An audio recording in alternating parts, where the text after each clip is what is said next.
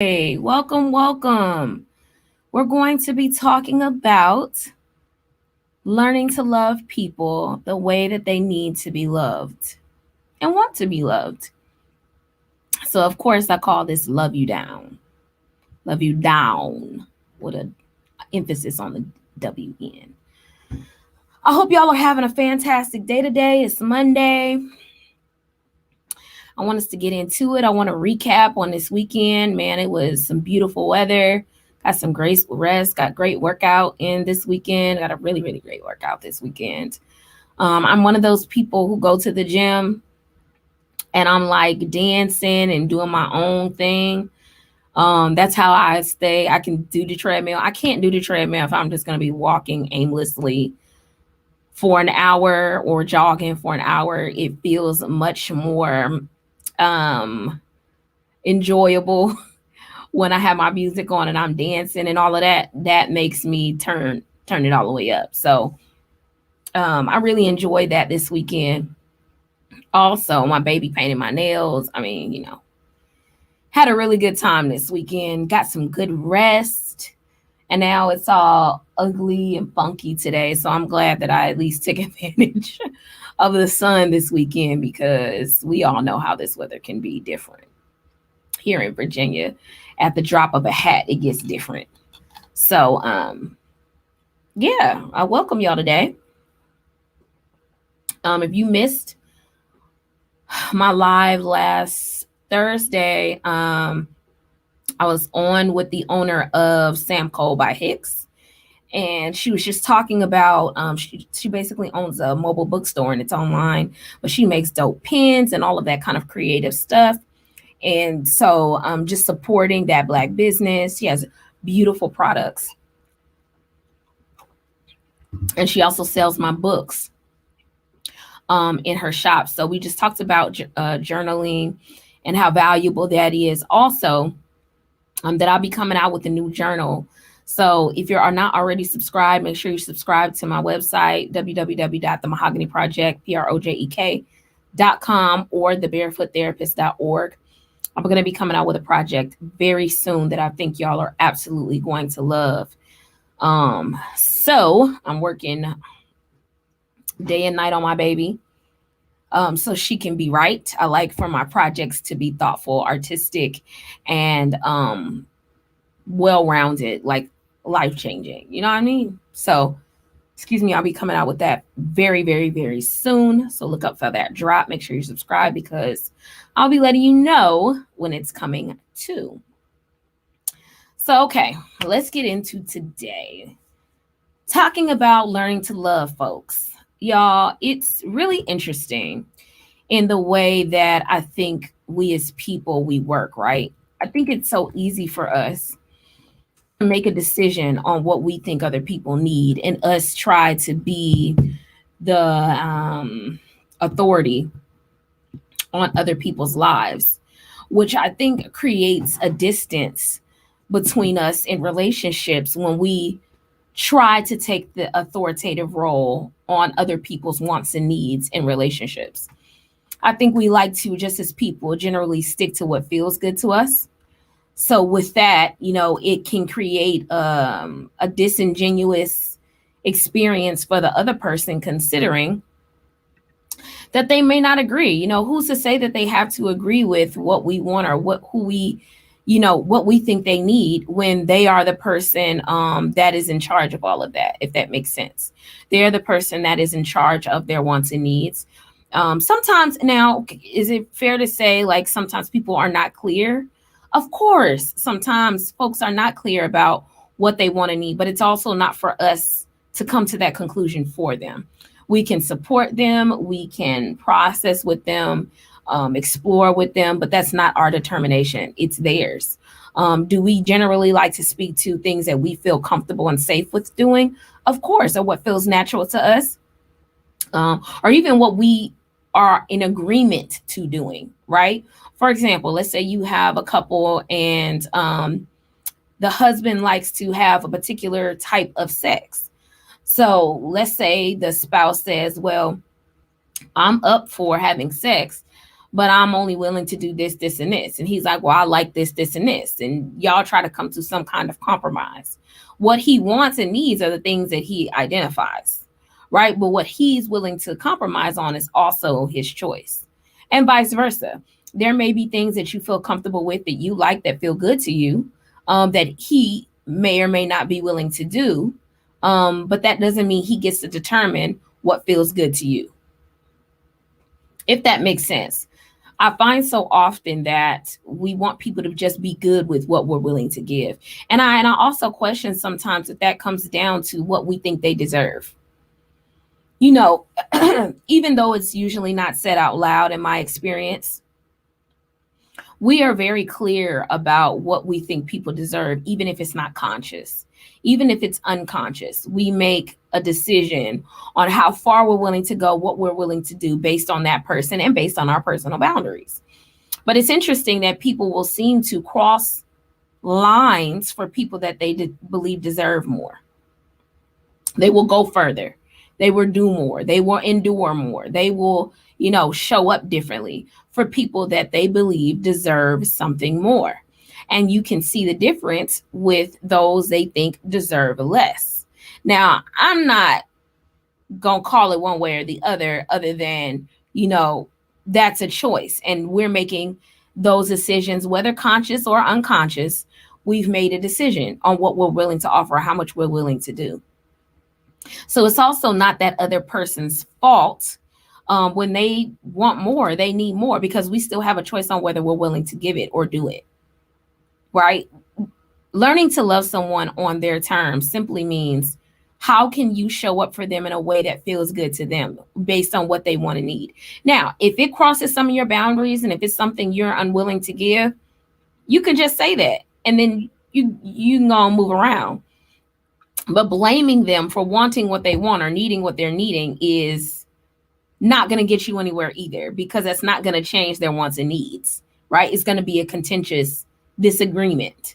You don't have to agree, more so than you have to compromise and show up in some way. Now, is it times where people have unhealthy things? Of course, right? This is the fence or the line where I would say involve a neutral party like a therapist, because a lot of our perspectives are also subjective.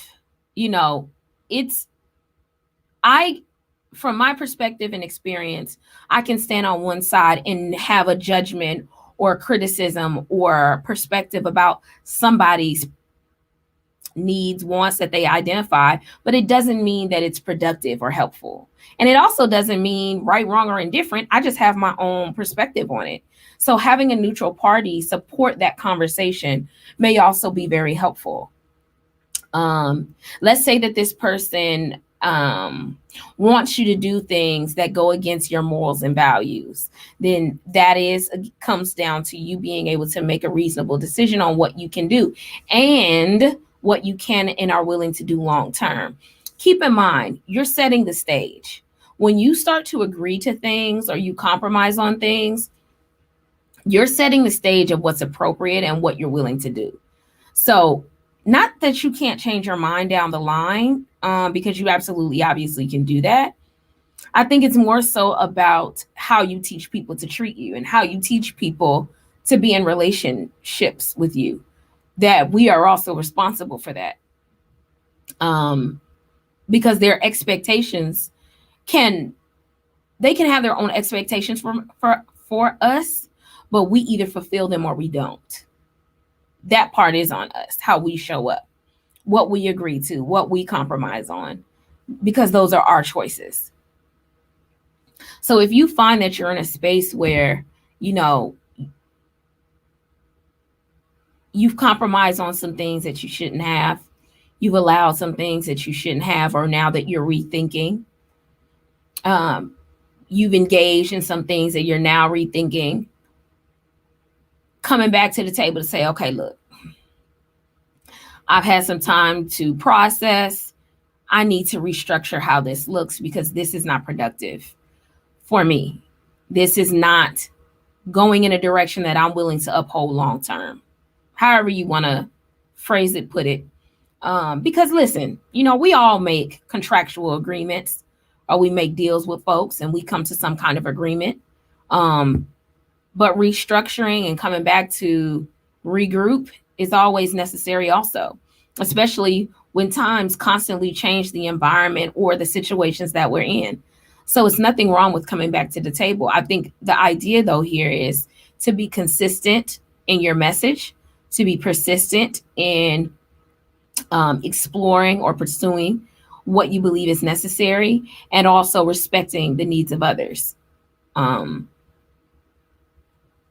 we are not more important or more valuable, because I want to speak to the word value, because I also think that that's a big part of this, is like how we determine people's value. I'm putting a question in the group for folks to answer as they come in, because I think that's really important. How do we determine the value of others? How are you going in making a judgment on if it goes from a scale to 1 to 10? Okay, on a scale from 1 to 10, I'm going to give you a 7, so I'm going to treat you like a 7. How are we doing that? Does the other person know that we're doing that? Because maybe they should think they should be treated like a 9 and you treated me like a 4. What's up with that? Right? Because it happens. It is a thing. Look at the history of your relationships, not just with partners, but with parents, with your kids, with your friends. People that you value more, you treat better, you treat differently. You're willing to give more opportunities or chances. You're more empathetic with, you're more supportive of. You just have more. There's just more, right? The people that you value less seem to get less. Or let's say you have someone that you used to consider a 9, but you over time then have, considering y'all's experiences together, they've now become a 3. That's a hard place to come back from when they were once a 9, because they are now experiencing the differences, right? And my question is, have you kind of educated them on where they are with you compared to where they are before? Because it's not like they can't feel it. They absolutely can. There is a very clear difference between how you would treat someone you consider a 9 and someone you consider a 3 or 4. There are very clear differences. So just being aware of that, not acting as if they are the same, because they are not, or trying to explain down your reasoning for doing so versus just basing it on what is true for you. That's going to be a agree to disagree, because they can't tell you how to feel, but they can tell you whether they are agreeing to participate or not, because they don't have to. You can value them in whatever way you value them, but they don't have to stay for that. I mean, it is a hard truth.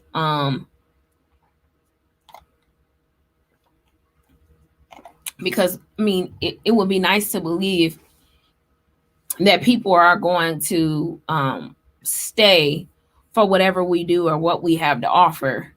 But let's just be honest, they don't have to. And on top of that, would you?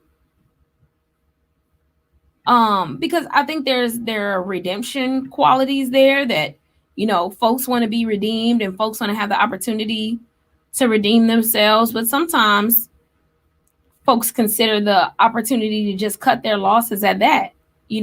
Maybe it's just easier to cut my losses here versus staying and trying to revive something that may or may not be revived. And do I want to work that hard?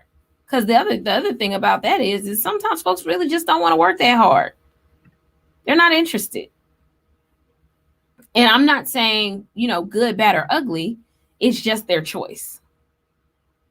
I don't know if I want to, work my way up from a 3 or 4 back to even a 6, right? Because I like the way it felt at a 3 or a 4. I don't want to have to do the 6 vibe. That don't work for me. They have the right to do that also. And the thing is,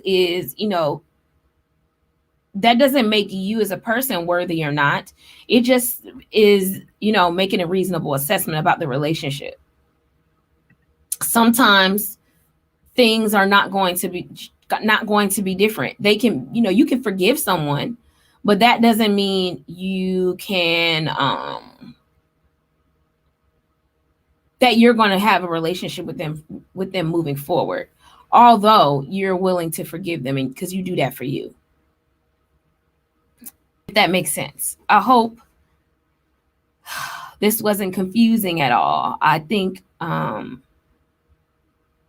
love is a very elusive concept, very abstract, and sometimes it confuses very concrete ideas like compromise, like agreeing to disagree, like needs and wants, like loving people the way they need to be loved, love languages. I think it can confuse those ideas because it then tries to prioritize them, right? When all of those are necessary to have productive relationships, love can somewhat make those things elusive, and they're not.